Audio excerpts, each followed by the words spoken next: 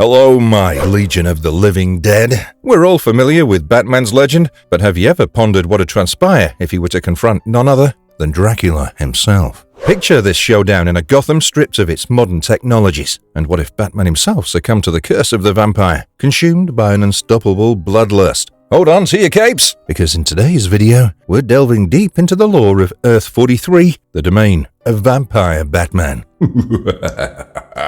Prepare to uncover the depths of his determination, his valor, and the inner battle he waged against his own darkest instincts. So, my Legion, let's jump into the bleed and transfuse ourselves to Earth 43. Act 1. Red Rain. Prince of Darkness.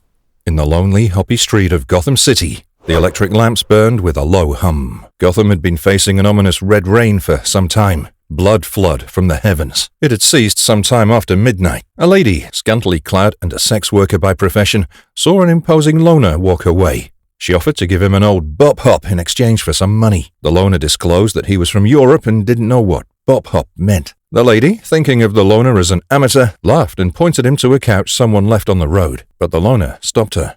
He was there to take. He curled up his lips and exposed his silver-white fangs and jumped on her. He tore her throat open and sucked all the blood in her body.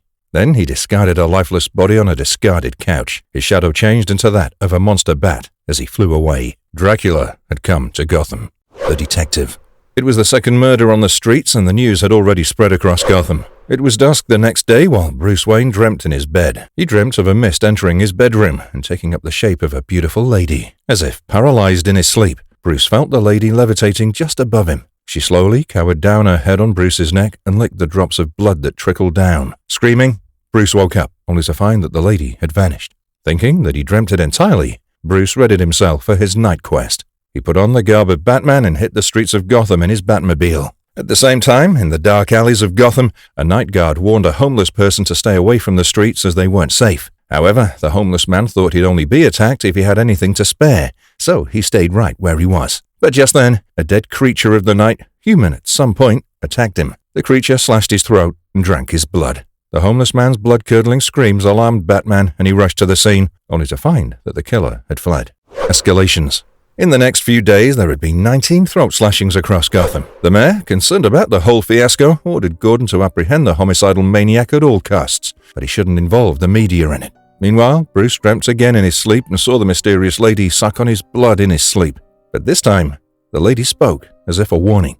Real. We are real. Bruce woke up feeling rejuvenated and decided to patrol the streets of Gotham as Batman. Jumping into the night, Batman felt as if he was a part of the folds inside the darkness. He felt as if his dream had taken a part of his soul and put it inside a darkness, slowly turning him into a creature of the night. Suddenly, from the streets of Greyfields, a homeless lady was attacked by another vampire creature, who leaped on her like a predator and punctured her throat with her fangs.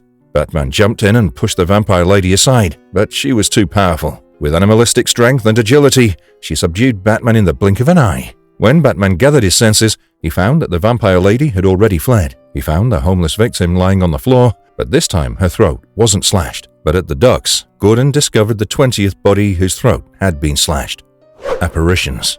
Bruce came back tired and battered from his encounter with the vampire lady. He asked Alfred to cancel all his morning meetings and swiftly slipped into his room. He'd been having difficulties walking into the daylight for a few days. The very presence of sunlight caused him pain. He drifted off into a deep slumber, and the lady in his dreams visited again. This time, while giving Bruce a kiss of blood, she said something different. She said that vampires were real, but not all of them were evil, or the otherworldly power. Bruce woke up from his dream, startled. As he stood in front of the mirror, he noticed that there were wounds in his back. He also felt refreshed and a new energy was coursing through him. He tried to open the locked door of his bedroom, and the unthinkable happened. The door handle just broke when he applied slight pressure. Bruce was shocked and startled. He found out that he could lift his car with one hand without any effort. Eager to find out what was happening with him, Bruce rushed to the clinic of Dr. Church and asked him to run a routine checkup on him. He gave Church his blood sample and asked him to come back with a report if he found anything unusual. He also asked Church to examine his shoulder blade wounds. While Bruce was leaving, Church asked him if he'd been pushing himself lately. To that, Bruce nodded. He was about to. Meanwhile, beneath the streets in the walls of Gotham, Dracula's minions got him a new batch of runaways. Dracula's eyes sparkled with hunger as he ordered them to approach him. Ancient lore. Batman visited Ariane, a specialist in the occult, to learn about vampire lore. She pointed out from ancient scriptures that humans could be transformed into a vampire by an unknown alchemy in the blood, induced by the saliva of another vampire. It acted as a venom, spreading the disease like rabies. The ones who had been transformed were endowed with enormous strength, animalistic thirst of blood, and aversion to sunlight. The vampires were able to transform themselves into any animal of the night, even mist, and could only be stopped by silver, the Holy Cross, sunlight, decapitation, or a wooden stake through the heart. Ariane discussed that the alchemy had manifested in the air too, turning the rain completely red, like blood. Batman asked Ariane if they were good vampires, to which he found no resolving answer. He jumped out into the bleeding night skies and went straight to the Potter's Field graveyard. There, he found that the graves were gutted, as if the dead had crawled out of them. Following the trails, he arrived at the courtyard, but found nothing. But then he deduced from his previous knowledge that the undead could have turned into mist and phased through the storm drains. Batman ripped open the steel cover of the storm drain with absolutely no effort and descended into Gotham down under. Hordes of evil.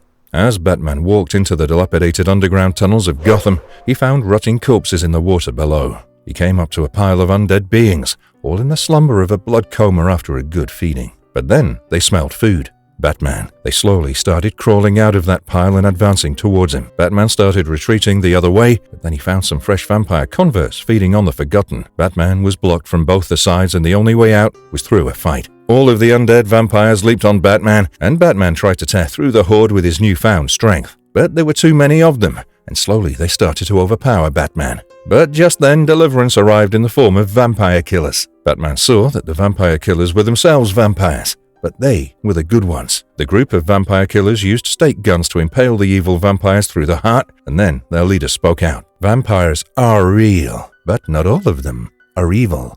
In front of Batman stood the lady from his dreams. She was a vampire too.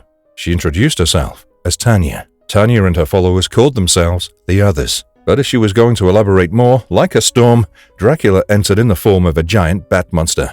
Face off. Dracula screamed at the others, commanding them to get on their knees, then take their stake guns and shoot themselves in the head. Being vampires, the others submitted to Dracula's call. But Batman jumped in. He attacked Dracula from the back and threw him into the flow of a drain pipe, and they were both pushed further into the tunnel. But Dracula was an ancient vampire god. One could not beat him so easily, even if it was the Batman. Dracula gathered himself and slashed Batman's chest.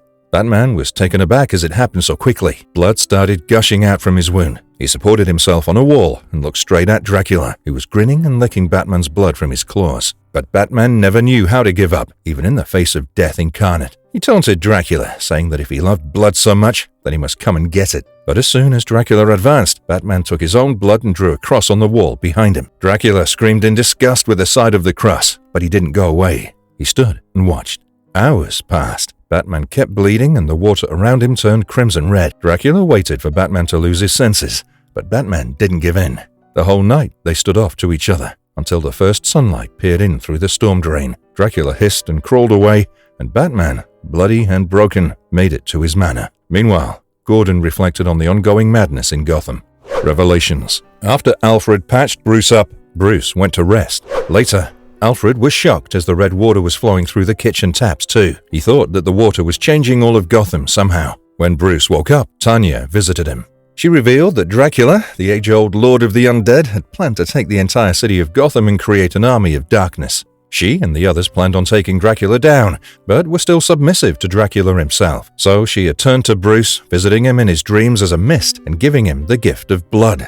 The power of a vampire, but not piercing his veins. She reminisced about her past. Centuries ago, she was bitten by Dracula. She turned bestial and thrived on blood. But then she saw Dracula murder an innocent child. That shock jolted her back to her senses. She fled and hid in the jungles, preying on animals. With time, she created an artificial plasma, not as effective as blood, but it checked her addiction to a considerable degree. She reached out to the transformed and formed a group to hunt Dracula down, and has been at it for centuries. Later, Batman met Gordon in the misty shadows of Gotham, away from the sunlight, and introduced him to Tanya and the others. He told Gordon that he needed his help. Someone above him was hiding the true nature of the vampire murders by slashing the victims' throats once all the blood was drained from the body. Gordon was hesitant at first, but Tanya transformed into a vampire right in front of his eyes. Even Gordon's bullets didn't have any effect on her. Ultimately, Gordon had no way but to trust what he'd witnessed. Saying this, Batman fell senseless to the ground, and while Gordon walked towards his home,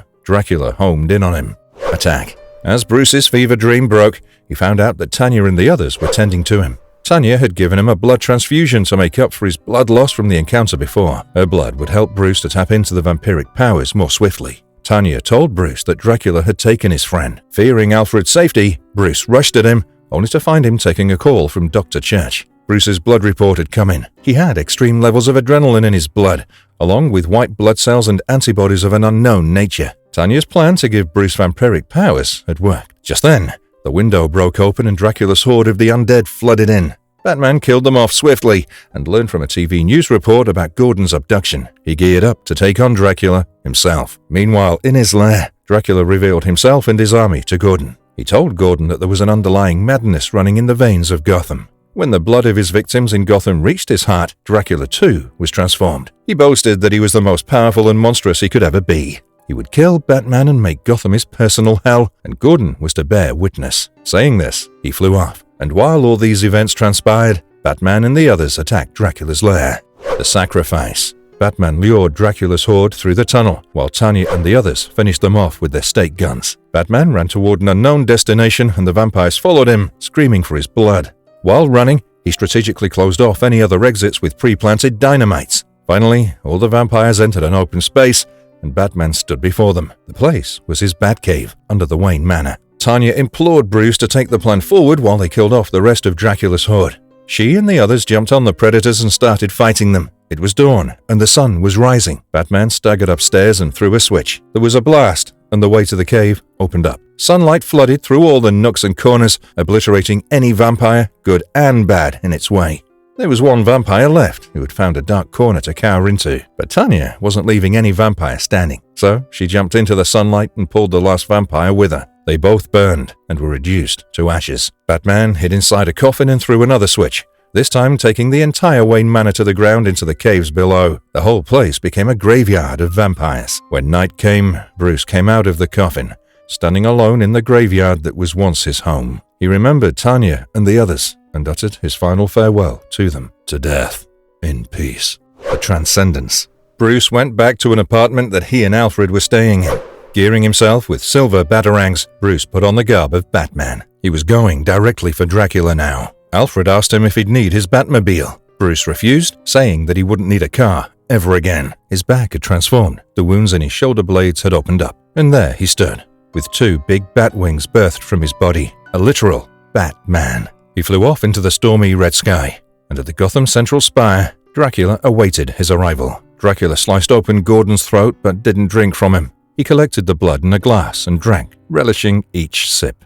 He waved his hands and rabid bats all over Gotham heeded to his call. Entire colonies of rabid bats rushed toward the spire, creating chaos and accidents all over Gotham. Batman spotted those bats and followed them. The crimson skies were lit by lightning strikes. Red rain poured from the skies. Rabid bats clouded the entire cityscape, and amongst them, Batman, a winged creature of the night, swam through the air toward the spire. It was his first flight. It was his final hunt.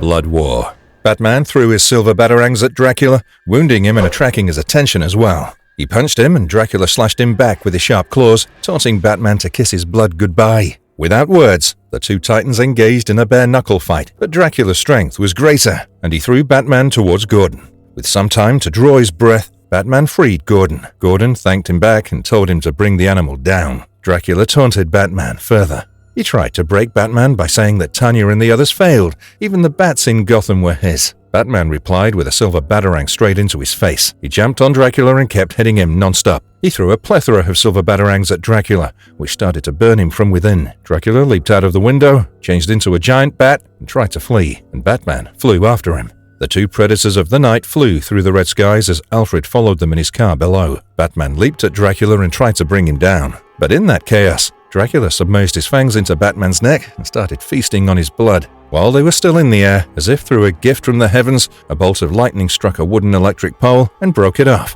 transforming it into a giant stake. Batman noticed that and headed straight toward it, taking Dracula with him. He stabbed Dracula with a silver batarang, causing him to withdraw his fangs and scream in pain. With his final strength, Batman drove Dracula into the sharp pole impaling him through his heart while he kicked free at the last moment. Dracula writhed and screamed in pain and burst into flames. He kept screaming until there was nothing left but ashes and bone. Batman had saved the day. Dracula, the evil incarnate, was dead. Batman, too, was at the brink of death. As Alfred rushed toward him, Batman passed into a slumber of death. Alfred screamed into the night in anguish. Aftermath. 7 days later, the mayor resigned from his post voluntarily as Gordon watched in distress. Alfred was appointed the executor of Wayne Fortune, 9/10 of which would be transformed into a new foundation named Home for the Homeless. He left the solicitor's office and went into a tomb located at the center of the city. As he entered, he faced Batman, now completely transformed into a vampire. Batman told Alfred that Bruce was dead, but Batman should live on forever because vampires were real, but not all of them were evil. Act 2. Bloodstorm. A darker night. Under the cloak of Gotham's night, Batman prowled the shadowed streets, his vampiric avatar a haunting silhouette against the city's skyline. In a moment of chaos, he intervened, rescuing a hapless victim from the clutches of muggers. The muggers were scared when the bullets couldn't harm Batman. A sinister chuckle escaped Batman's lips before he swiftly subdued the assailants. Just then, amidst the discarded refuse, he witnessed a chilling scene. A lifeless woman, drained of her very essence. Knowing the threat still lingered, Batman acted swiftly, impaling the corpse with a wooden stake to prevent it from rising again and repeating the farewell to death in peace. A week later, the Joker ventured into the labyrinthine tunnels beneath Gotham's surface, a realm where darkness held sway. Confronted by a band of desperate vampires, he brandished holy water and a sacred cross, forcing the undead to recoil. Proposing an alliance born of mutual enmity toward the Caped Crusader, he tempted the creatures with promises of vengeance. Intrigued by the notion, the vampires crowned the Joker as their new master, drawn by the allure of a common adversary.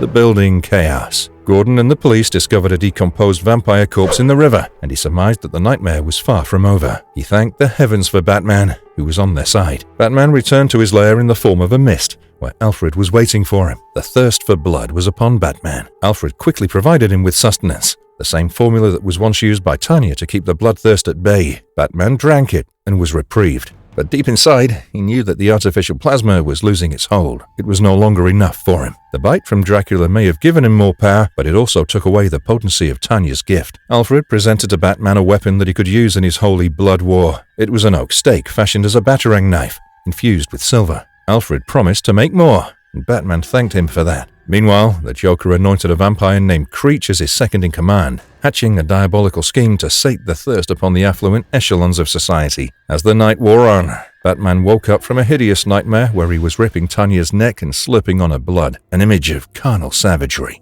He realized that he was transforming into an animalistic creature from within. He wasted no time and answered the bat signal. There, he asked Gordon for help during the daytime in killing the vampires. Gordon pledged his unwavering support, promising to assemble a cadre of trusted allies for the impending battle against the undead. The struggle. Joker had sent out a summon for mob boss Donato Cardona. When Cardona and his men arrived, there was just Creech sitting there, infuriated. Cardona told Creech to bring Joker to the meeting, but just then, Creech started transforming into his true self, a vampire made out of a rotten corpse. He and the other vampires leaped onto Cardona and his men like a hungry wolf and massacred them, decapitating some, but drinking everyone's blood. And in the end, Joker made his entry with a bloody punchline. Batman followed Cardona's trail to the Arcadia Cemetery, a place with no crosses, a breeding ground for the newly turned vampires. Cardona and his men. Batman unleashed a full frontal attack on them, striking them with the batarang knives. He killed all the vampires until there was only one left, Cardona. But before Batman could strike Cardona, he spoke up. He told Batman that his quest to rid Gotham of vampires was nothing but a sham, for he was hunting his own kind. He too was addicted to blood. Batman was taken aback. He tried to reason with Cardona that he didn't drink blood. Cardona said that didn't make Batman any better. Sooner or later, Batman would have to succumb to the thirst, and that day, he'd become the monster he was fighting for so long.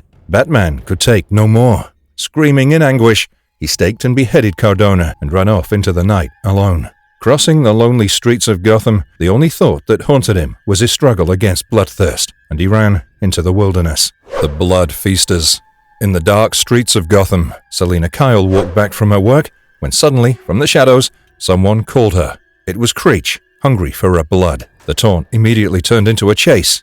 As Selena ran from the predator, Creech quickly changed himself into a giant wolf and leaped on her. Both of them struggled on a bridge, but ultimately Selena gave in to the wolf's superior strength. He drove his fangs into Selena's shoulder. Somehow, Selena managed to get herself free and jump into the Gotham River. Creech kept cursing her as the undead couldn't cross moving water. Swimming to the bank and all bloodied up, Selena went straight back to her home and fell apart into a deep slumber. Later, Joker and his vampire tribe attacked the mansion of Manny the Shark. But before Creech could bite him and convert him into a vampire, Joker blew Manny's brains out. Creech then drove his fangs into him. Batman and Gordon planned on checking out the new areas where the blood plague had spread. In his lair, Joker revealed his grand plan to Creech. He and his elite group would bleed and suck Gotham dry and turn everyone into a vampire. Once Gotham is hell, they'll branch out and go national, a plan reminiscent of Dracula himself.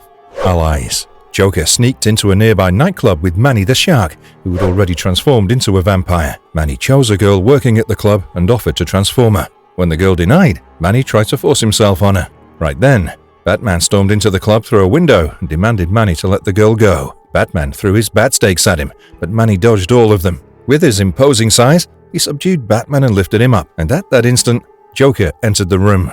Batman was shocked to find that the Joker had been working with the vampires. Batman quickly subdued Manny, but Joker utilized that time to escape. Batman was about to stab Manny through the heart, but his eyes fell on the neck of the girl. He could sense the blood coursing through her veins. The thirst had come back again.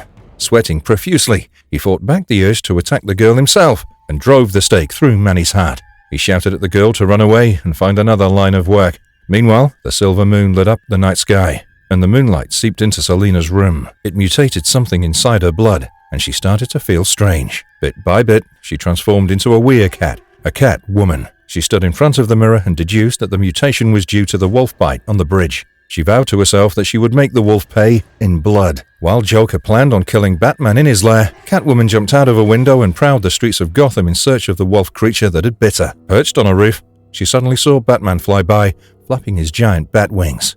Mistaking him for the creature, Catwoman jumped on Batman, hitting him mercilessly. But Batman quickly subdued her with a punch and then pulled out his bat stake to finish her off. But he paused when Catwoman shouted at him to finish her once and for all. Batman paused. In due time, the confusion was cleared that Batman was not the one who infected Selena. Selena understood that Batman was the sole vampire killer in Gotham, and she extended her helping hand. But Batman denied and screamed at her to leave. Catwoman left her real name Selena Kyle for Batman to find her later. The curse of blood. The artificial plasma could no longer satiate Batman's thirst. His bloodlust was increasing with the hour. Even the presence of human beings tempted him to rip them open and feed on the blood. Tanya had centuries to perfect the artificial plasma, but Batman didn't. Moreover, Dracula's bite had escalated his transformation somehow. He sought counsel from Ariane, and Catwoman lingered in the shadows outside, listening to them. He asked about how moonlight was able to transform the creatures of the dark physically. Ariane mentioned that the moon's gravitational pull created tides in the blood of the infected and caused chemical reactions that enabled them to transform. Batman then asked about his dilemma regarding the bloodlust. Ariane told him that there were myths about selfless love of a woman easing the compulsion. However, sooner or later, Batman had to give in. Devoid of any hope, Batman screamed and tore through the window and jumped outside. Meanwhile, the Joker entered a church and strangled the priest there. He wanted to use the church as a place to trap Batman. And on the other hand, Batman's condition deteriorated. When Alfred visited him in his lair, he found Batman in a state of frenzy and insatiable hunger. When Alfred offered the sustenance to him, Batman threw it aside, stating that nothing other than blood would quench his thirst. He screamed at Alfred to leave, or else he'd attack him. Batman said he could live alone from then on. As Alfred left in tears, Batman licked off the sustenance from the floor like an animalistic junkie. Alfred went straight to Gordon and asked for his help, and Batman, deep in his lair, went for his first kill. He killed a rat and sucked it dry, feasting on its blood. In his berserk rage, he screamed for Tanya, and it all went downhill.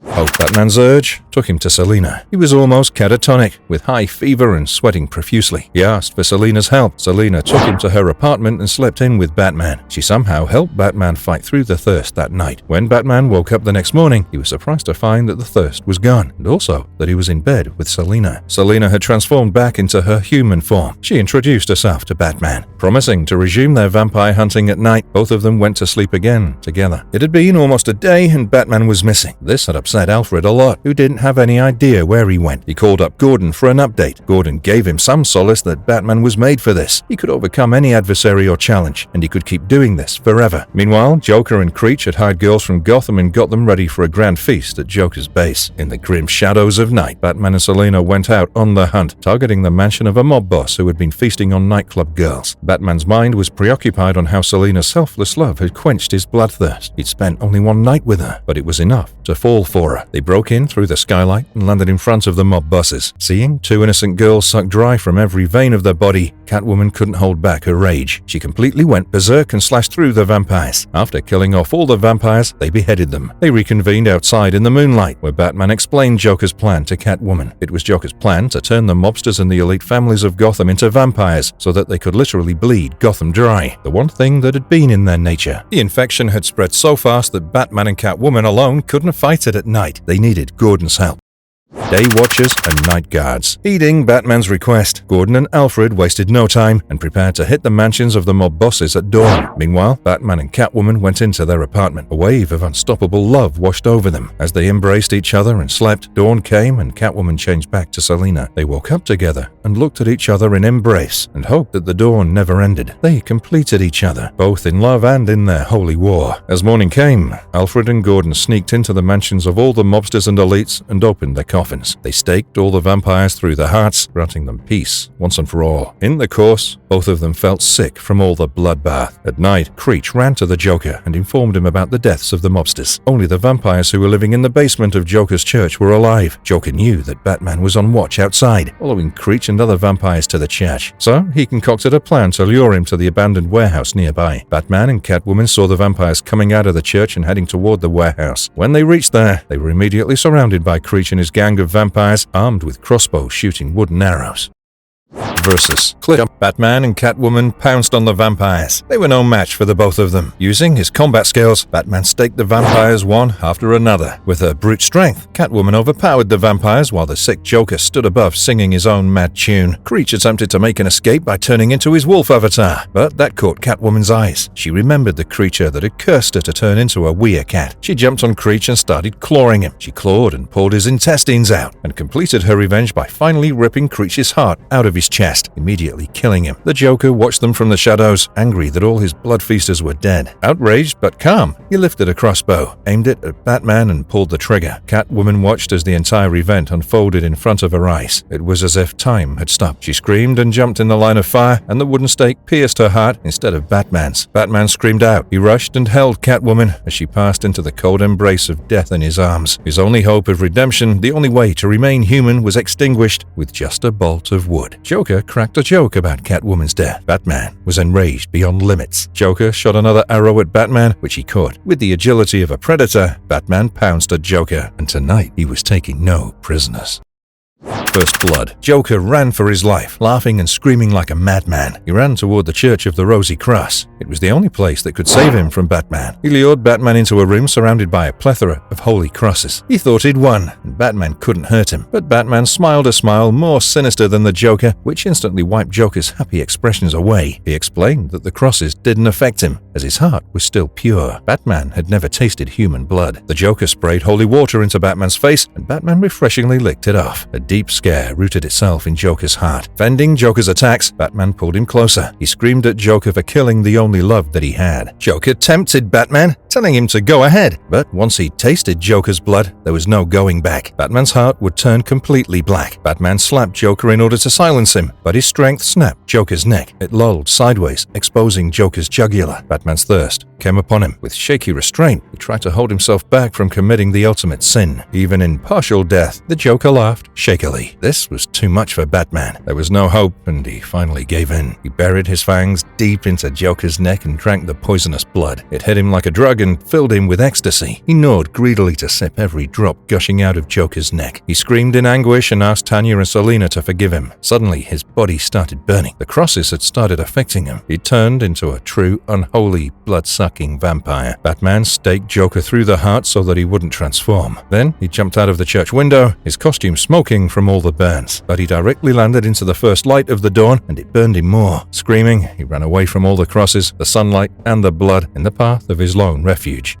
The final farewell. Alfred broke down in tears as he read Batman's final letter to him. In his letter, Batman had let them know that he'd failed. He requested Alfred and Gordon to continue his holy war of vampire killing, and he'd requested a final action from both of them. Alfred and Gordon walked into the stone-cold crypt and found Batman lying motionless. It was dawn. He was in slumber. With teary eyes, Batman and Alfred carried out Batman's final request. They staked him in the heart while he slept. It was their way of showing love and promising to carry on Batman's legacy as a vampire killer. While doing so, they uttered the final farewell to Batman. To death in peace. Batman whispered, "Peace forever." As Batman lay dead in the crypt, Alfred and Gordon walked toward the daylight.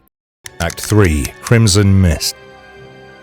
Limbo of the living undead. It seemed to Alfred and Gordon that Batman had found peace. But little did they know, Batman was now an undead. Lying motionless in the crypt, he could think, but couldn't act. It was as if he was in an eternal blackness. He was trapped between the world of living and the realm of true death, as the piece of oak stake transfixed him in a limbo between the two. His body was slowly decaying into bones from the malnourishment, while the urge for ripping throats and feasting on human blood still stayed. It was the awareness of everything that haunted Batman in this state. And while the undead Batman dreamt of blood in his crypt, Alfred woke up from a nightmare in which he and Gordon were killing Batman. The nightmare had been repeating since the day he took the life of the only person whom he loved as a son. The guilt hadn't let him find a peaceful sleep even for a night. He didn't know what to do further. It was as if he knew in his heart that Gotham might not survive without a Batman.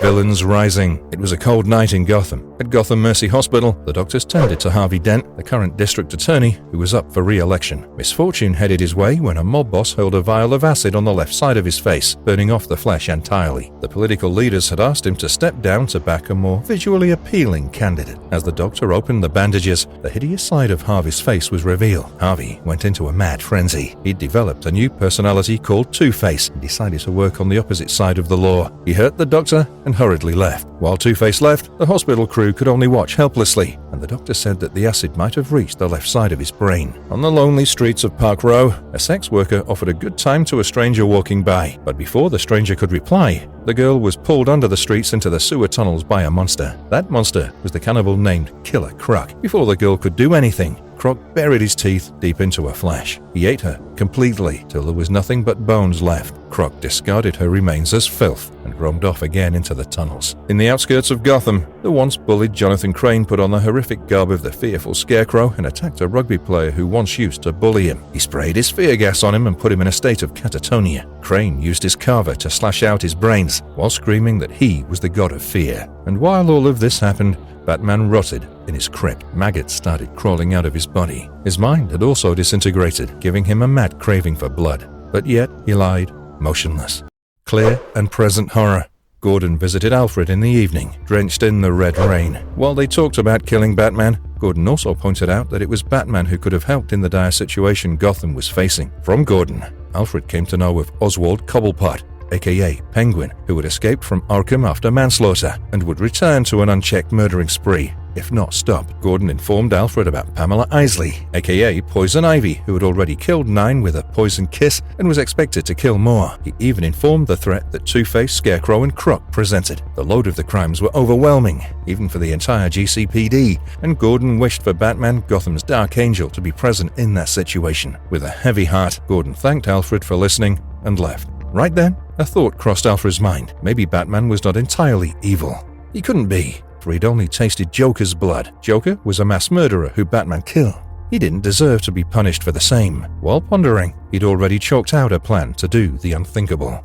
Land of the lawless and living. Alfred entered Batman's crypt silently in the shroud of darkness. He asked forgiveness from Batman for what he'd done and what he was about to do. He held the stake piercing Batman's heart with his old feeble hands and pulled with all his might. The stake that was holding Batman in the state of limbo came out. The dark blood of Joker started pumping in his heart again, and Batman jumped out of his coffin. His face was made of bones under his cowl. His fangs had grown and shone in the light of the torch. He screamed with a voice that came from the underbelly of hell. "You fool! You didn't take my head." Batman was now completely an evil creature of the night, a Nosferatu, a child bred in the blood of the Joker and Dracula himself. He cursed Alfred for setting him free. He shouted at Alfred that he would never let anyone stake him ever again. Shaking in fear and guilt, Alfred informed Batman about Gotham's current situation and offered him his own blood. Batman rebuked Alfred for taunting him and threw him aside. Then he changed into a crimson mist and flew away in the air. Alfred called Gordon and informed him of his actions. Gordon pacified him that there might be some humanity left in Batman to do the needful. But Batman was on the hunt. He transformed into the most hideous bat creature that hell could spew out, and he patrolled the night skies for blood. How to kill a treacherous bird. Penguin and his gang had ambushed a group of police inside a garage and started finishing them off one by one. Hearing the gunshots, Batman flew in like a ravenous torrent of hellfire. He subdued the gunmen swiftly as the police gathered themselves. He changed back to his vampire Batman guise and stood in front of the Penguin, completely overshadowing him. But Penguin was not someone who could be taken aback by such a ghastly sight. He drew his umbrella sword and accused Batman of using cheap parlor tricks. Batman laughed coldly and said that if he was the trick, Penguin would be the treat. Saying this, he ripped open Penguin's throat and drank his blood, then beheaded him. He wore Penguin's monocle and screamed at his men to divulge the location of other members of the Penguin gang. Then he took their blood, and then their heads. He attacked Penguin's base and took the others by surprise. He jumped on them like a predator as he screamed, "First your blood, then your heads." Old friends, new plan. The next night, Alfred and Gordon lit the bat signal again to call for Batman. Gordon was initially skeptical about it since Batman had left behind 3 miles of dead bodies in his last spree with the Penguin gang. But Batman answered the call. Batman screamed at Alfred and Gordon to stay away from him, as he could smell their blood. He read through a message from the Riddler. Batman told them that he himself was nothing but a plague wrought upon Gotham. He agreed to help them in getting rid of the criminals, for he needed their blood. But once he finished off with the criminals, there'd be no stopping him. Before Gordon could say anything, Batman vanished off into a mist. Riddle Me Dead. Inside the dingy freezer room of the Gotham morgue, the coroner was about to start the autopsy of the recently murdered college student Cassandra Knight. Suddenly, the Riddler appeared from behind and shot him. He pulled out a knife to cut open Cassandra's body to extract the heroin that he was smuggling inside her corpse. But right then, the air turned blood red. Batman appeared as a mist. Riddler shot at him, but the bullets went right through. Riddler was staring at something unfathomable. The only words that could escape his mouth was, "What are you?" Batman replied that he was the answer to all of life's questions, for he was death and hungry darkness. Saying this, he ripped open Riddler's neck with his fangs. Murder of a crow. Scarecrow had targeted another one of his college bullies and planned to scare him to death before killing him. But before he could start his torture, Batman flew in and stopped him from behind. He ridiculed Scarecrow by telling him that he had a choice. Unlike Batman, yet he chose to kill. Batman crushed the fear gas globe in Scarecrow's hands and screamed through his fangs, asking Scarecrow if he knew what true terror is. And then he beheaded Scarecrow with his own meat carver. He started sucking on Scarecrow's headless corpse and whispered, "You know nothing." Meanwhile, inside a shady bar in Gotham, Two-Face, Croc, and other criminals planned to reach out to the side of law to help them bring down Batman, the abomination from hell. Uprooting the Ivy. Inside her private conservatory, Poison Ivy was busy playing deadly games in the capture jungle. She was maiming men, controlling them with her pheromones, and ultimately finishing them off with her painful poisonous kiss. A red mist conjured up behind her, and through her trees, Batman appeared. As he walked through, all the plants decayed and died around him, for he was from hell. Ivy screamed in pain, while Batman laughed and said that Ivy always wanted him, so now he would take Ivy in his own way. He would kiss her in her decayed and dead form. Saying this, he buried his fangs in Ivy's neck and pulled the flesh and started sucking on her blood. The TwoFace Proposal. While Gordon and Alfred discussed if there was even a shred of humanity left in Batman, the bat signal switched on at the rooftop. Believing that it was Batman, both of them armed themselves with crosses and went atop, only to find Two-Face and Killer Croc waiting for them. Two-Face proposed to join forces against Batman, but Gordon denied. Two-Face warned them to expedite their decision, for time was short. If they didn't stop Batman then, he'd be unstoppable later. Giving Gordon some more time to think on, he left with Croc. Alfred asked Gordon if he could bring in the feds to stop Batman, but Gordon said that he'd be written off as crazy. Alfred reflected if Two-Face was right, but Gordon stopped him. He asked Alfred where Batman might be, and Alfred replied, "In the caves beneath the ruins of Wayne Manor." Black Mask down. Pondering on whether Alfred and Gordon could stop him, the giant monster Batman cut through the winds. He homed in on the location of Black Mask and his gang. Bursting through the door, Batman kept silent and started a Grizzly Massacre. He killed the gang members by sucking their blood dry, dismembering them and taking their heads. And while he did his killing, he kept thinking on whether he should let himself be stopped or not. He slashed Black Mask's throat open and fed on his blood. Then he tied the heads of all the gang members and created a string of heads and flew away with it, while thinking if he turned mad. Alfred and Gordon surveyed the remains of Wayne Manor. Seeing Batman leave with the swarm of bats that he now controlled, they decided on setting up a trap in his absence. At dawn, Batman took the heads of the Black Mask gangs and impaled them on the gates of Blackgate Penitentiary while the inmates watched in horror. It was a warning to never cross paths with him. The massacre written in blood. Upon nightfall, Batman flew toward Arkham, for he believed that the truly demented and dangerous had made Arkham their home. While Professor Arkham asked her orderly to make the nightly rounds, Batman seeped into the asylum in the form of the red mist. His first prey was Amygdala. Batman sucked his blood dry and beheaded him. The orderly heard Amygdala's dying screams and ran to his cell, only to find the grisly scene. Batman changed into the mist once again and visited each and every cell, including Mad Hatter and Zsasz, and killed them off brutally. The blood from each of the cells trickled toward the corridor and flowed like a stream. The orderly was almost driven mad with what was happening. She ran toward Professor Arkham's cabin and informed her that all the inmates of the asylum had been slain. Suddenly, a head flew through Arkham's window and landed on his journal. It had a note in its mouth addressed to Arkham. Arkham opened the note and it read, "Go home, your work is done." So, the last page of Arkham's journal was written in red. It was time to close down the asylum. Batman, the judge, jury, and the executioner transformed into the mist and flew towards his lair. And the red rain began to pour on Gotham. The perfect murder plan.